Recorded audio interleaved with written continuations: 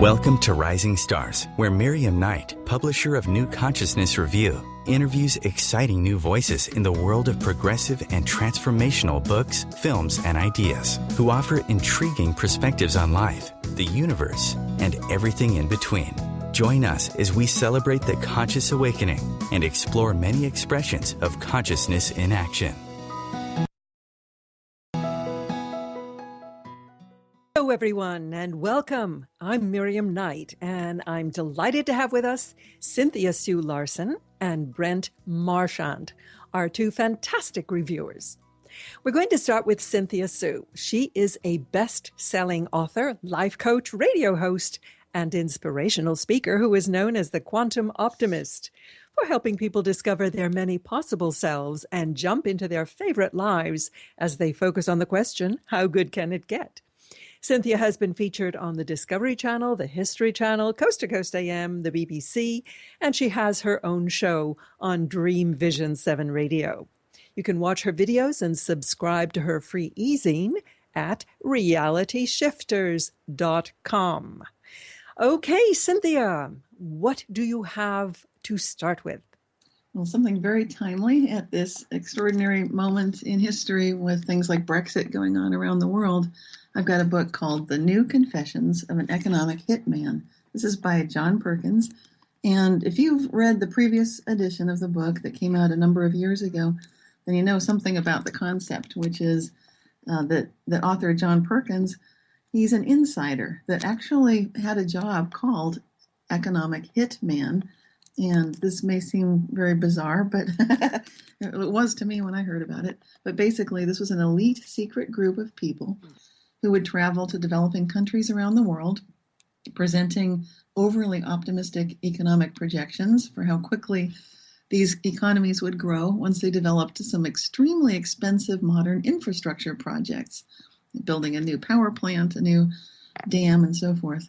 And as soon as a country would go into debt, they often found out that the economic projections were not working out as scheduled. What a surprise, because they'd been overly optimistic. They'd been intentionally inflated, at which point the country and the leaders would be informed that everything was just fine. All they need to do is hand over their resources and assets to American-owned corporations. So that's the setup for the book. And that's pretty much what the previous edition of this book had to do with. What's exciting about the new edition, and the reason it really ties in with current events, is it shows us what's happening recently. And it goes into the 4 pillars of modern empire, as Perkins describes, which include fear, debt, insufficiency, which is overconsumption, and a kind of a divide and conquer mindset. And then what Perkins does is he points out this is happening not just overseas, it's happening right here. And I think that's one of the most shocking revelations in this New Confessions book, pointing out that some of the same tactics that corporations have been using so successfully overseas, corporations are now doing to influence political outcomes. And it gets more detailed. So that's just the basic overview.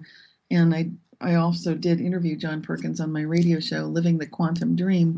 So I got some of his more extraordinary experiences described, which are just amazing. So this is the kind of book that might seem terrifying when you hear about the premise and the background. But overall, it's actually quite optimistic because it ends with a whole section, many chapters at the end of the book that provide inspiration and direction for what each of us can do to take positive action to help ensure that this corporatocracy that had been secretly, slowly building up in the background can start acting ethically, basically, behaving more transparently and according to the kind of ethics, wishing for the best for all concerned, that we, the people, should be demanding. And that's part of our role as the U.S. Citizens. If you happen to be an American citizen, then you know that we, the people, is very much part of the equation. So basically, Perkins is calling for everyone around the world to start demanding this kind of responsibility for our corporations and our governments, that they be good caretakers, good custodians, and not run amok with unethical, unchecked greed. Cynthia, you truly are a quantum optimist. I mean, if you could, if you can read that book and be able to put such a positive spin on it, I really take my hat off to you. Oh, thank you. I have my work cut out for me. You do, because the other aspects of the book, which maybe I have a dark mindset, but that really depressed me, were the state-sanctioned, U.S. state-sanctioned murders and regime change and bribery of the heads of state, turning them around, really blackmail of many heads of state to further the corporate aims of our own mega corporations, is something that we really have to acknowledge. And when we have a state of political discourse in this country that is advocating releasing all restraints on corporations, we really have to look back at our own history really clearly and understand what we have done, what the consequences have been, and really take to heart that we need to clean our own stables as well as pointing fingers. Yeah, and I know you read and reviewed this book too, so thank you for sharing your thoughts. And one thing that I'd like to add to this is this discussion. You're right. As I was reading the book, I was familiar with the previous edition, so some of those revelations that there have been terrific acts of terrorism on the part of corporate interests. I'm not blaming the entire corporation, but there are people involved in some corporations that have done nefarious deeds involved with changing, like you said, government, just taking tremendously negative, dark actions in that way. And I'm basically saying, yes, that was also part of the previous version of this book. But now the reason I'm so optimistic is it seems like as the truth comes out and people increasingly start recognizing, wow, it's not just the CIA and the MI6 and, secret agencies around the world, but apparently each corporation has their own team of what Perkins calls jackals, who are tasked specifically with acts of terror in the service of some specific, very focused corporate interest. It's indeed quite a dark revelation. But again, I tend to be an optimist because the fact that this is coming out into the light of day, that people can start seeing this to be something that has in fact occurred, that's the beginning of turning something around and recognizing that an author like Perkins, when he himself has had his life threatened, as he describes in the book, when this sort of thing happens, it looks like an accident maybe.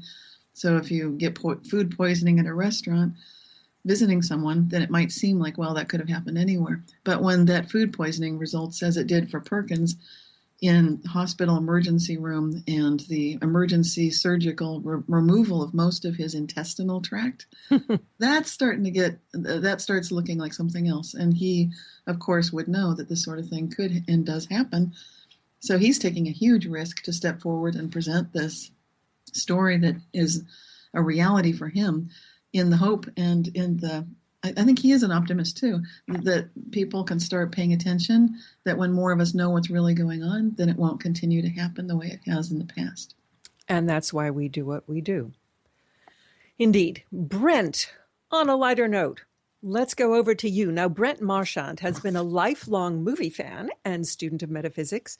He maintains a blog about metaphysical cinema and other self-empowerment topics at brentmarchantsblog.blogspot.com. He's the author of Get the Picture, Conscious Creation Goes to the Movies, and Consciously Created Cinema, The Movie Lover's Guide to the Law of Attraction. Both books provide a reader-friendly look at how these principles are illustrated through film. And I want to congratulate Brent on his book, Get the Picture, being recently named the winner in the New Age Nonfiction category for the 2016 National Indie Excellence Awards. Bravo, Brent. Well, thank you so much, Miriam. I really appreciate that. Okay. I was really quite thrilled to receive that honor. I'll bet you were. So tell us about your first film, and we are going to have to cover it pretty quickly. Sure.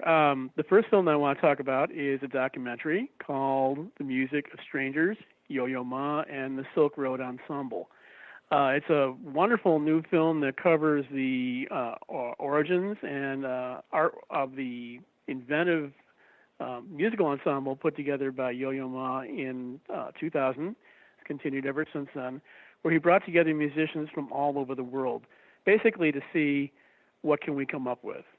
And the result is just tremendous. It's a movie that features music that's so vibrant, fresh, diverse that you would never, I think, come up with this material in conceivably on your own in any interesting way. It tells the stories of several of the musicians who were involved in the group, which is really, in some ways, very inspiring, in some ways, very heartbreaking. But they've all worked together to produce this sound that's unique, and that is really more than just music. It's designed also to help promote cross-cultural understanding, to help promote the idea that we're indeed all connected to one another, and that music and art are the universal languages that we can use to not only understand each other, but also to help us to realize that we do have this intrinsic connection that we might not otherwise see. The movie was directed by Morgan Neville, who a couple of years ago won an Oscar for a documentary called 20 Feet from Stardom about the perils and triumphs of backup singers. I think he's come up with a film here that's probably just as good, if not better. And you come away from it almost feeling with this infectious enthusiasm to see the joy that these people have for their art and for everything that they are able to share with their audiences. It's currently playing in limited release in theaters across the country, but I'm sure it will be available online or on DVD probably in the near future. And for those who'd like more detail, there will be an upcoming review on my Blogspot page. And it is called, again, The Music of Strangers. Yes. Lovely. Thank you. Sounds wonderful. Well, that's our break music. Stay with us, and we'll be back with Cynthia Sue Larson and Brent Marchant. Your conscious connection to a more mindful world. OMTimes Radio. IOM-FM. Are you trying to get from point A to point B and need a little advice? Connect with the counselors at OMTimes Advisors. Whether you're looking for a life coach or a spiritual intuitive, the advisors participating at advisors.omtimes.com were carefully chosen based on their gifts, skills, and professionalism. OMTimes Advisors, connecting you with the best advisors in the business. Hi everyone, this is Shay Parker, the host of Best of the Best, which airs live right here on IOM Radio every Tuesday night at 8 p.m. Eastern and 5 p.m. Pacific. I'm super excited to bring you expert guest hosts, spiritual discussions, free psychic readings, and so much more. I can promise that you will not want to miss this one-of-a-kind, fun, yet touching, down-to-earth show. Join us every Tuesday night at 8 p.m. Eastern, 9 p.m. Pacific on OTR-FM. This is Shay Parker, and I can't wait to see you there.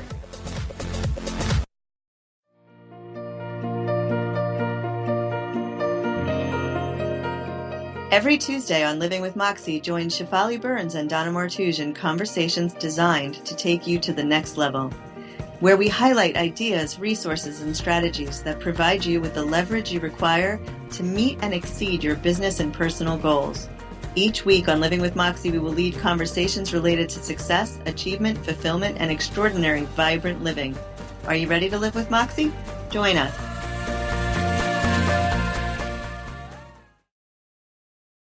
Host your show on IOM-FM, the radio network of OMTimes Media, one of the more recognized brand names in the conscious community, and is backed by the extensive marketing reach of OMTimes. Hosting a show on IOM-FM immediately connects you with our extensive dedicated community. The future of Internet radio is here. OMTimes Radio. IOM-FM.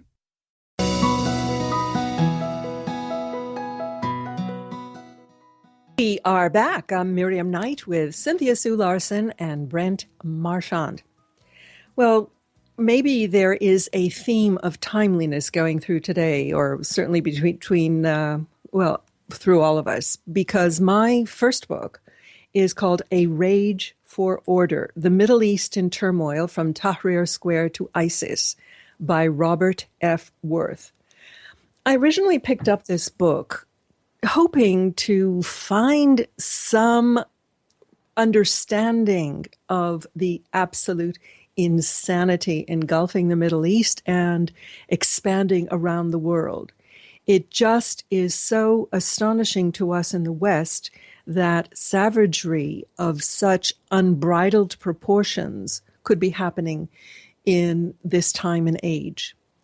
And Robert Worth is a journalist absolutely blessed by the most beautiful writing and the most broad understanding of the Middle East, of its culture, its language, its people. And he tells the story, he weaves firsthand personal accounts of people that he has lived with, met side by side for many years, and followed them across years to trace the development of their hopes, the Arab Spring, and how their hopes were dashed, how they became entrenched in their positions. People from the young people hoping for regime change, the people from the Muslim Brotherhood, intellectuals, statesmen, top statesmen, and even plain soldiers and people from every walk of life, poets, artists, journalists. This book gives an unparalleled understanding of the tortuous currents that swirl around like a maelstrom in the Middle East. We have to understand that we're not talking about a monolithic culture. We're talking about the Iranians are Persian. They believe that they are the keepers of the pure Sunni form of Islam. The Saudis are Shia. They are the keepers of this offshoot that followed the faith promulgated by the son-in-law Ali. Then there are the Alawis, Assad in Syria. This started as a sect in the mountains of Syria. It was a mystical sect.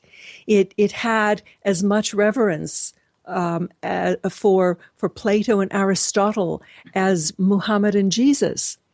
But they were considered heretics by the rest. And so when Assad came to power, he did a deal and he got his sect recognized as legitimate.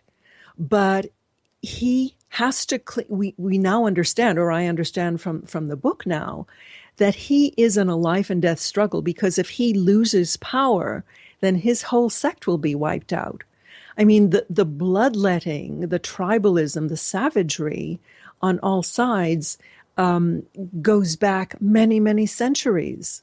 And it has been fomented and abetted by the external interests as well as internal interests, as people wanting to keep power or use the struggles as their own proxies.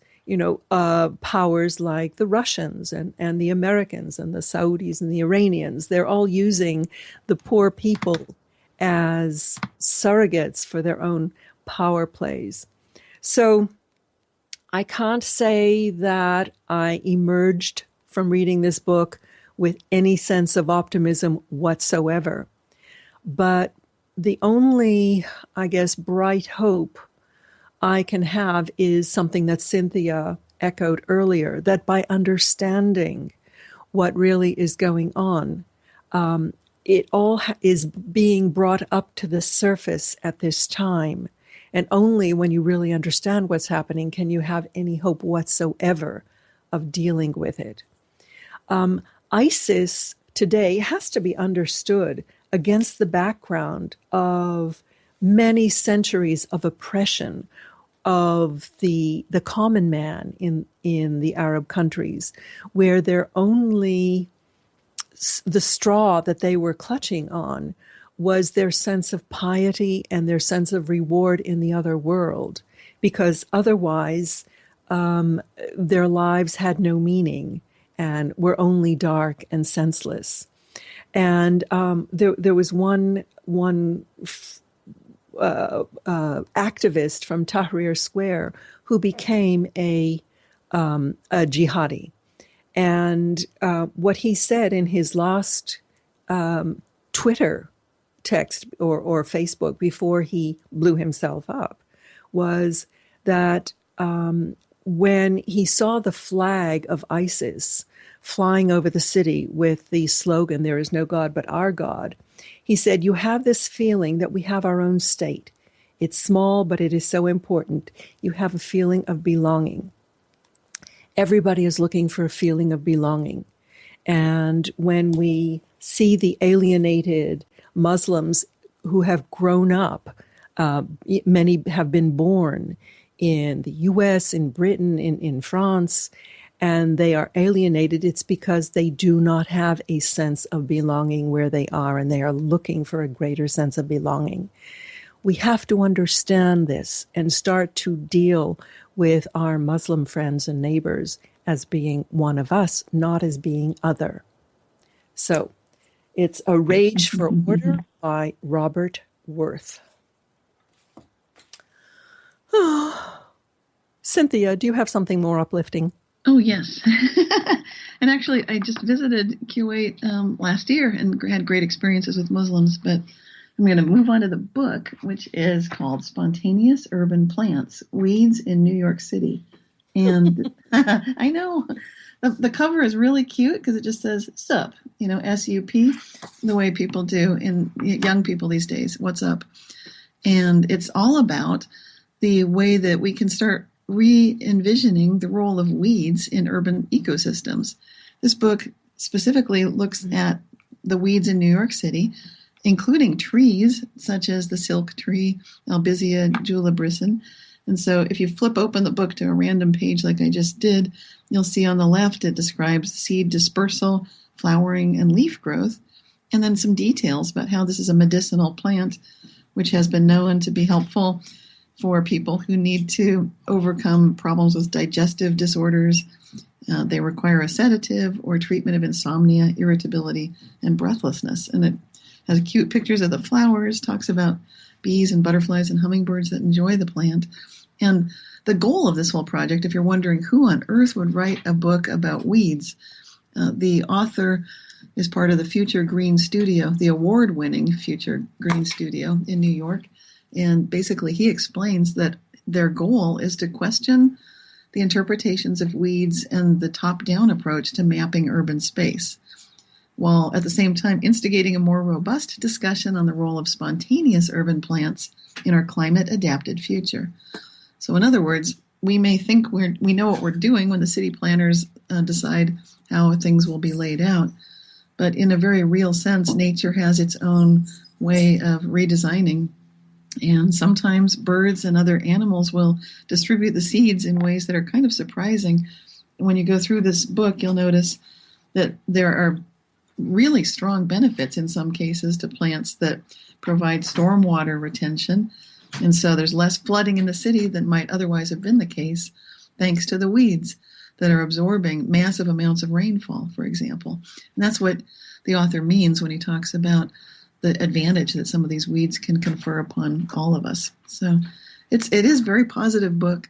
I love the pictures. I love the way you can just sort of flip through this and feel uplifted that these are medicinal, healing, food, plants that are beautiful. And you start getting this whole new view of the way we interact with nature and the way that nature has a wonderful way of just springing up from asphalt, sidewalk, and everywhere that you might not expect it to be. And I've seen this myself, which is why I invited this book to come to me, because I'd driven past a California freeway ramp that had become overgrown with weeds in just a few months.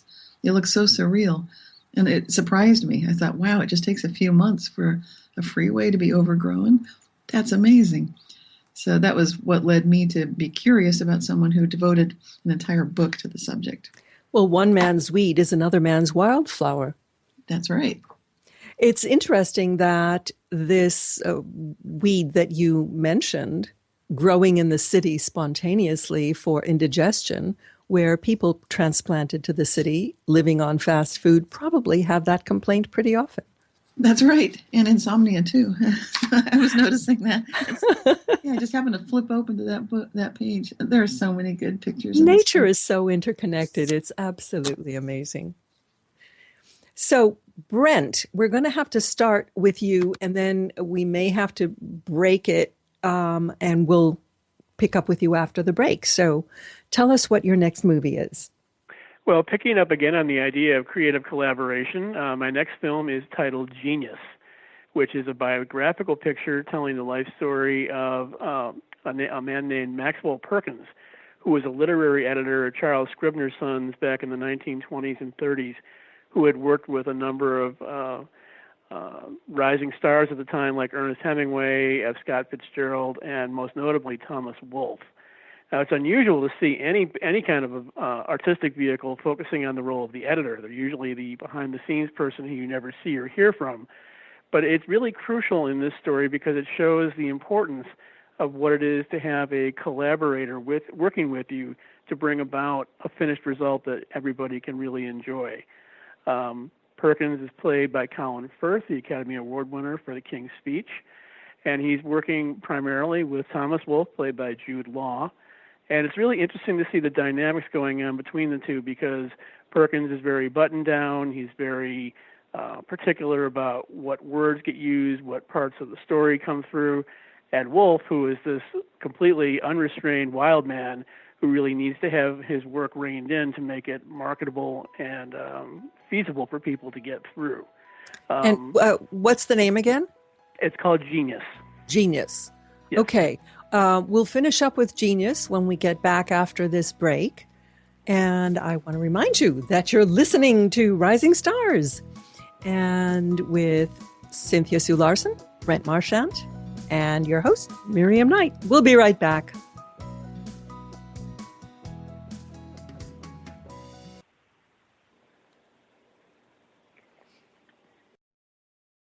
A conscious lifestyle for a mindful life.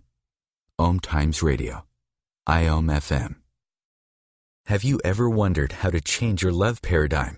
The secret key is finding a love partnership, not just a regular connection. How do you find these? Through conscious relationships. Ascending Hearts Dating is a dating site for people like you that believes in second chances and a different type of spiritual connection. Try Ascending Hearts for free today at ascendinghearts.com and change your love paradigm. Ascending Hearts, the premier dating community for the spiritually awake. The name is Bond. James Bond. No, the name is Joe. The Joe Show. And we are returning back for our 9th season here on OMTimes Radio.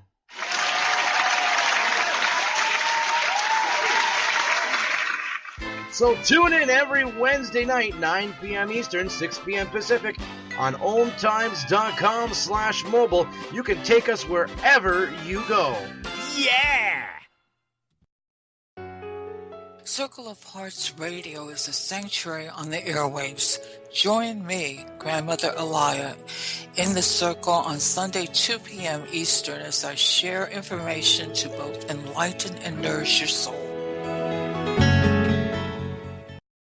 Being a radio host on IOM FM allows you to build your show on a rich platform with the power of the internet to fulfill your outreach goals and connect with a very specialized and global online audience, unlimited by time and distance. OMTimes Radio will provide you with web relevance, a recognizable conscious brand, and with the standard of excellence that has accompanied every single OMTimes endeavor. Host your show with OMTimes Radio Network. The best of holistic, spiritual, and conscious world. OMTimes Radio. IOM FM.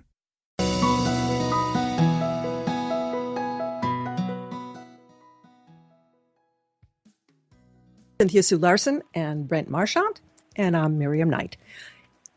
Brent, before the break, we were talking about the movie Genius. I absolutely love Colin Firth. Tell us about the movie. Finish up the thought. Sure, it's a wonderful picture, particularly for its performances. Colin Firth and Jude Law are both spectacular in their roles. The film also features tremendous production values of period and some really interesting cinematography. It's going into the Depression, so the whole mood is somewhat bleak, and that's shown by the kind of washed out color with the way the film has been photographed. But really what I loved about this movie is it showed the collaborative process at work and how really we all need an editor in one form or another to help us define ourselves, to restrain ourselves. But we also need that wild creative spirit that allows us to break through barriers and push boundaries that we might not have seen before. And that's really embodied by the two characters presented here. Perkins is really the one who has to rein in Wolf, but Wolf is also the one who basically says, I have to let this creative force just come bounding forth in all full flower so that everyone can see not just what I can do, but what's possible. The movie does have a little bit of a problem in that it tries to cover an awful lot of ground in its hour and 45 minutes, I believe, that it runs, the runtime. And some of the ideas don't quite always get fully fleshed out, particularly when you're getting into some of the personal relationships of the two lead characters as well. Their love interests, who are played in the film by Nicole Kidman and Laura Linney. But otherwise, this is really an interesting meditation and thoughtful exercise on the idea of what it is to be a creative sort and how to strike a balance between being able to fully express yourself, but also using discernment to be able to bring the message down in a way that's going to be accessible and understandable by the people who are going to be the readers. Sounds wonderful. That was genius. And is it currently playing? Yes, it's currently playing. It's not in really wide release, but it's in kind of like moderate release. Mm-hmm. And there'll be a full review forthcoming shortly on the blog page of my website. Okay. Cynthia, back to you. What have you got next? Well, my next book is called Consciousness and the Social Brain, and I was fascinated by the topic because it explains awareness as being a kind of attention schema. So that, in other words, we have a basis by which to explore all of our various intuitions, cultural myths, and research studies, and take a look at the way the representations inside of our brain, which is the information content of awareness, has not really been studied as well as it could be. There's been a bit of a gap there. And so the author of this book, Michael Graziano, he explains the reason for that as being due to the fact that most researchers assume that awareness is not composed of information, but is assumed to be something more. And I should state at this point that basically Graziano is a self-described atheist, so he's taking a point of view that some of the listeners on this show, myself included, might not agree with. But I like to read books by other people with different viewpoints. And I think that some of what he's describing is quite interesting because Graziano is describing consciousness as an epiphenomenon. So, and he says that I seem to be saying a puppet can be conscious, a tree can be conscious, a hunk of rock can be conscious. They can all be conscious in more or less the same sense that a human is conscious. And then he explains his reason for it, which is where some people might part ways with him. And he says, the reason is that according to the attention schema theory, human consciousness is not quite what we think it is. It is not something a person has floating inside. It is an attribution. It's a relationship between an attributor and an attributee. And so I think this is very interesting and thought-provoking, and he's basically saying awareness helps track and predict attention, which then helps us to better predict the behaviors of everything and everyone around us. And so here, attention and awareness are differentiated between. They're not the same thing. Awareness is this sort of subconscious quality that we can sort of sense things happening, and what we put our attention on tends to be more conscious. And so Graziano does pull back from where he seemed to be heading toward pantheism, and then he says consciousness should only be attributed to actual biological beings with complex brains. not to plants, animals, or the elements. So this is real thought-provoking book. It's the kind of thing you can read and talk about with other people interested in consciousness. I love that. And so the author expresses bewilderment at people who view the world from a spiritual perspective, such as myself and probably most people listening to this show. But he does recognize there are evolutionary and beneficial reasons for the human built-in preference for spirituality. So I do recommend this book. It's very thought-provoking and definitely will get you more involved in finding out what's going on with the research in these areas. So now. I'm a little confused. He does believe that a rock has consciousness, or he doesn't? I know. Good point. He's basically saying it does, but it's not the same as human consciousness. It's a rock consciousness. Right. Okay. And that's very similar to I know a lot of humans who have a rock consciousness. Yeah, it could happen. So but it tends to be species specific. There are hardwired elements in our brains. We tend to babies recognize faces. They're hardwired to learn languages. There's a lot that we just come into the world ready to do for no apparent reason. I mean, we don't yet know why that is. So it is interesting. Well, I suppose if you consider the human form as being a function of our consciousness, which is the eternal part of us, that there's no reason why that shouldn't extend to all creation anyway. I agree with that. We don't want to go too deeply into the weeds, but as you say, food for thought. Well, as long as we're in the weeds, I might as well stay there. My book is called Our Dolphin Ancestors, Keepers of Lost Knowledge and Healing Wisdom by Frank Joseph.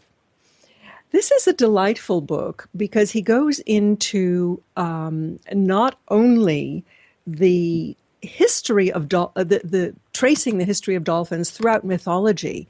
They have, for some reason, had a very central position in the art and the history and the mythology of civilizations as back as recorded history allows. And he would take it back even further because he himself has written a number of books on Atlantis and Lemuria. But then he goes into the physical aspects of dolphins, and he kind of traces them back to what he calls aquatic apes, which are our ape ancestors who were caught at the time of the flood and started walking upright to keep their heads above water and feeling for food with their feet on the bottom. And some of them, when the waters receded, went back onto the land, and the others, he proposes, migrated into the sea. And in fact, if you look at an X-ray of a dolphin embryo, you can see fully articulated thighs and knees and feet and toes, and they look, to all intents and purposes, like a human embryo.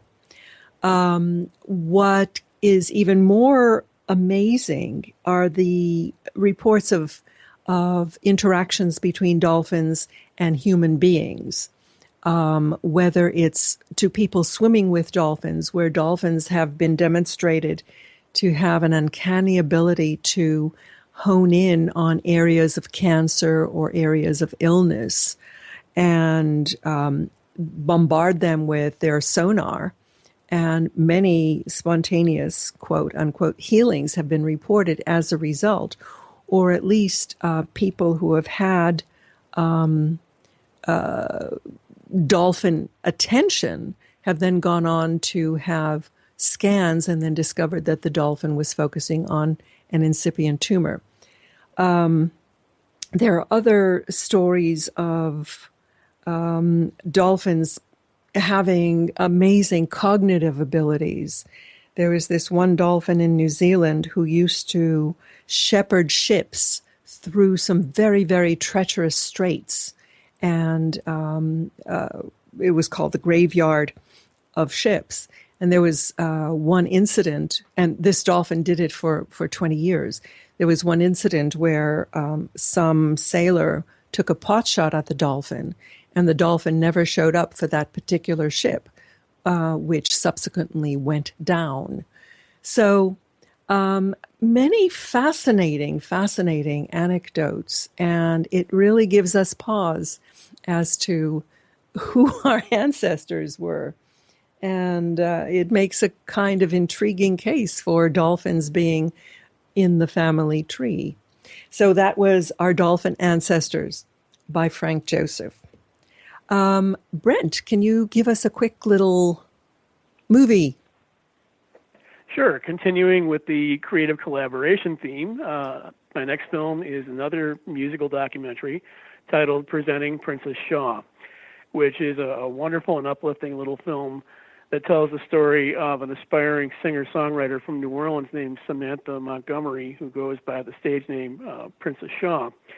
And she's been working a long time, struggling, trying to get her name known, but doesn't seem to be going anywhere. So one of the things that she does is she takes to YouTube to put out videos where she performs her work primarily a cappella. Meanwhile, across the world, there's a composer and video artist named Kutiman, who lives in Israel and has developed a reputation for sampling the works from amateur musicians who appear on YouTube, and combining it with his own orchestrations and coming up with completely new forms of artwork, both speaking in terms of music and in video. And he ends up coming across Princess Shaw's videos, and he's just utterly captivated and decides there must be something that I can do with this. So the documentary focuses on these two people from opposite parts of the world with their various projects, and eventually coming together, showing how the two of them have collaborated to produce this wonderful new art form that's both visual and musical at the same time. And it's interesting because Kutiman tends to work somewhat anonymously when he's initially doing his setups. So Princess Shaw is completely unaware that any of this is going on until she sees a reworked video of her song appear on YouTube, and she's just utterly floored by the result that's come up and with the success that comes from it. How wonderful. So it's called Presenting Princess Shaw. Is it in theaters? It's in theaters, and it's also available for video on demand. Great. Well, stay with us, and we'll be back with our final segment. Connecting you with the best of the conscious minds in the world. OMTimes Radio. IOM FM. OMTimes Magazine is one of the leading online content providers of positivity, wellness, and personal empowerment. A philanthropic organization, their net proceeds are funneled to support worldwide charity initiatives via Humanity Healing International. Through their commitment to creating community and providing conscious content, they aspire to uplift humanity on a global scale. OMTimes, co-creating a more conscious lifestyle.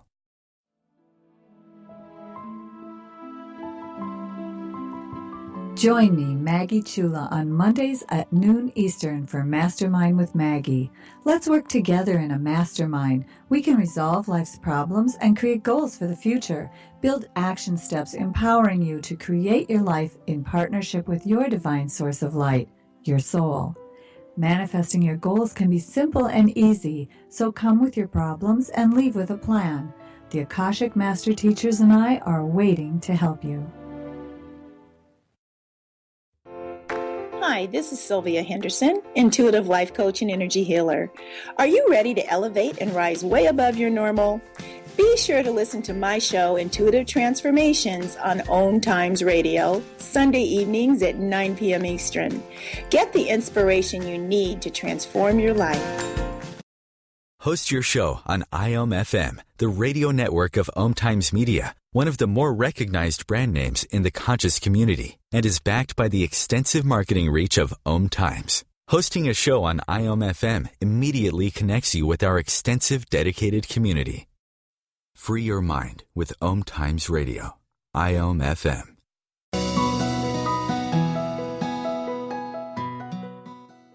I'm Miriam Knight with Cynthia Sue Larson and Brent Marchant. Cynthia, what is your final book today? My final book today has to do with pressure points. It's called The Power of Pressure Points. It's written by Barry Harmon, and the subtitle is The Most Common and Effective Martial Art Pressure Points. So while it seems very specific, And actually it is. It's actually a good book for anyone interested in ki or chi, the energy within our bodies, and fascinated by the meridian system, these inner energy channels that coordinate with one another, empty into one another, and ultimately connect every cell in the body with the body's energetic system. And there has been some scientific validation for this whole thing recently, if people are following the news about that. So I love the way this book has 2 chapters that go into greater depth, covering the very special relationships between these meridian systems and each other. And it goes through 12 major channels and 6 special channels with illustrations. And that's one of the things I love about this book also, is the way that sections for each pressure point page describe the most effective strikes to the point, as well as observed effects, known effects, and theoretical effects. And that would be that some of these pressure points can be fatal or lethal. So that's why people don't experiment with them. But it's been known historically. Yes, I know. It's like, Not twice, anyway. Yeah, this is definitely don't try this at home.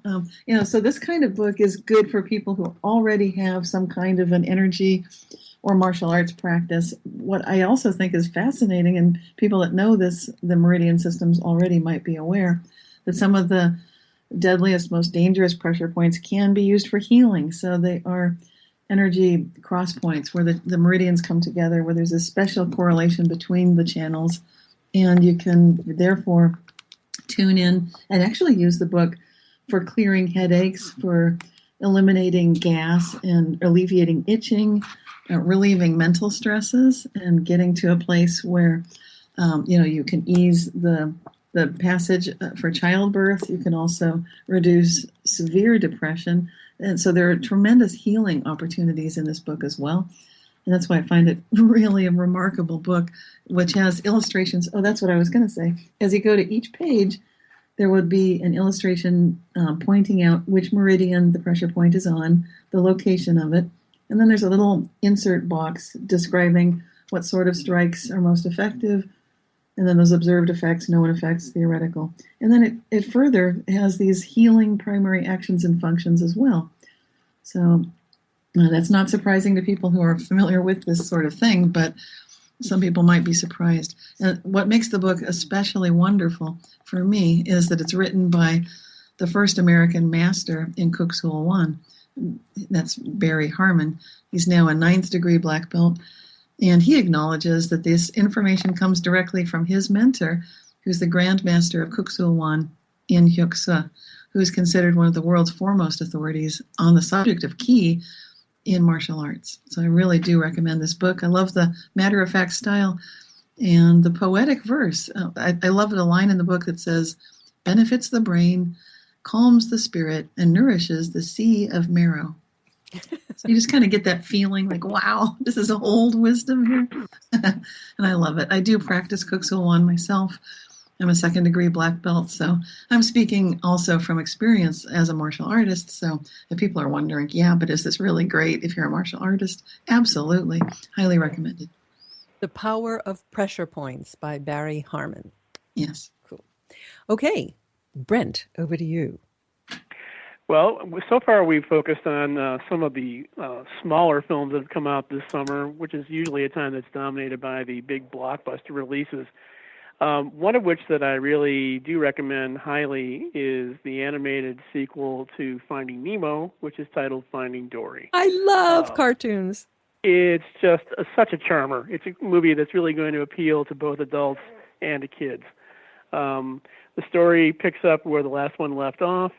After the 2 characters from the previous film are reunited after being separated, it inspires Dory, a little bluefish, who has been separated from her family, to go out and do the same thing that her friends had done in the previous film.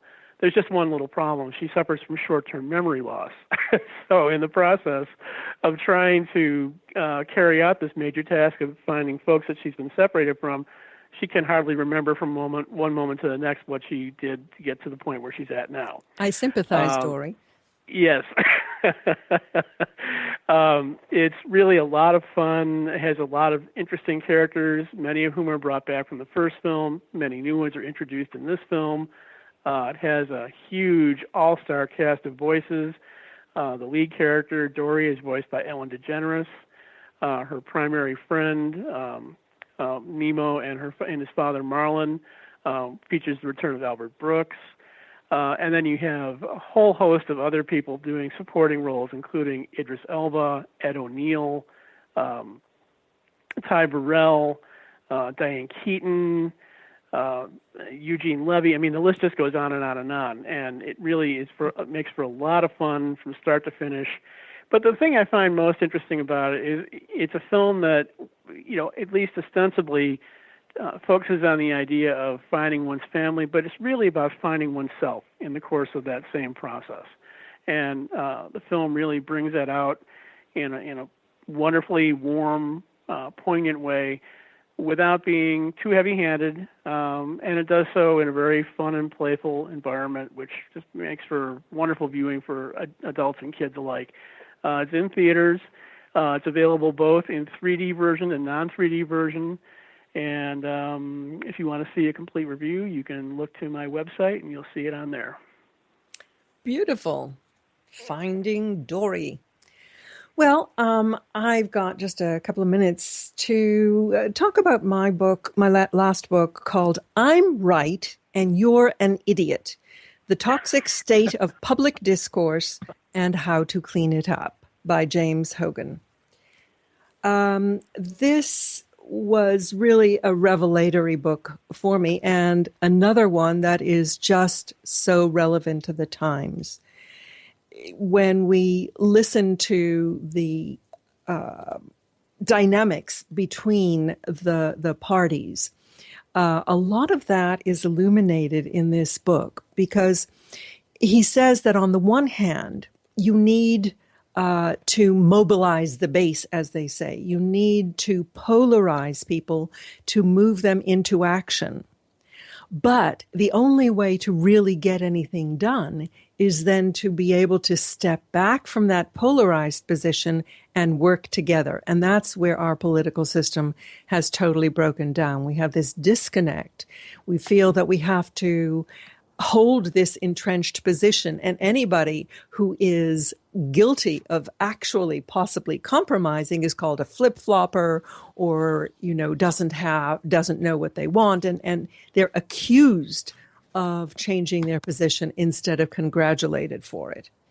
There's a wonderful quote by Kahana, who quotes theologian Paul Tillich, who said, "The power is the drive of everything living to realize itself with increasing intensity and extensity, and love is the drive to unify the separated."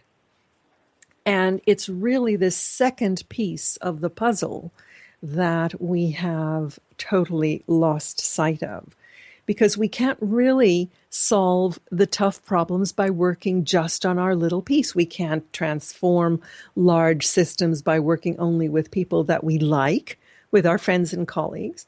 We have to learn to work with strangers, with opponents, people we don't know or even trust. And without this simple awareness, we will have gridlock. Does that strike a bell anywhere? Wow. Wow. I love the title. I have to read that. That is so timely. It is so timely. Absolutely.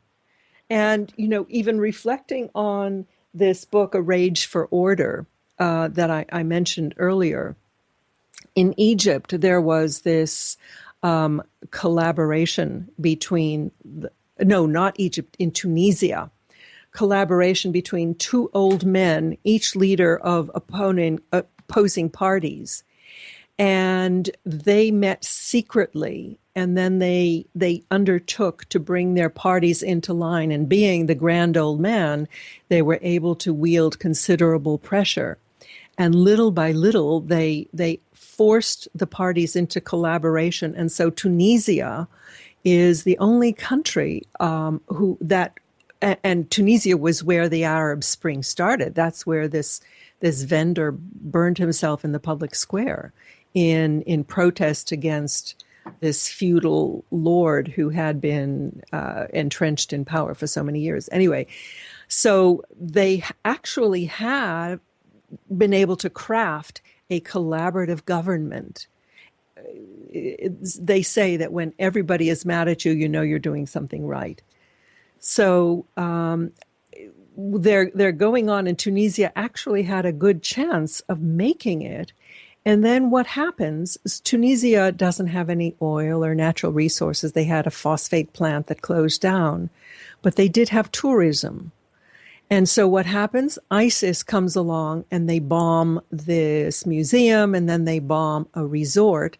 And so even the tourist trade has dried up. And that's the unspeakable tragedy of what's happening there. When there are people of goodwill trying to do good things, these jihadis,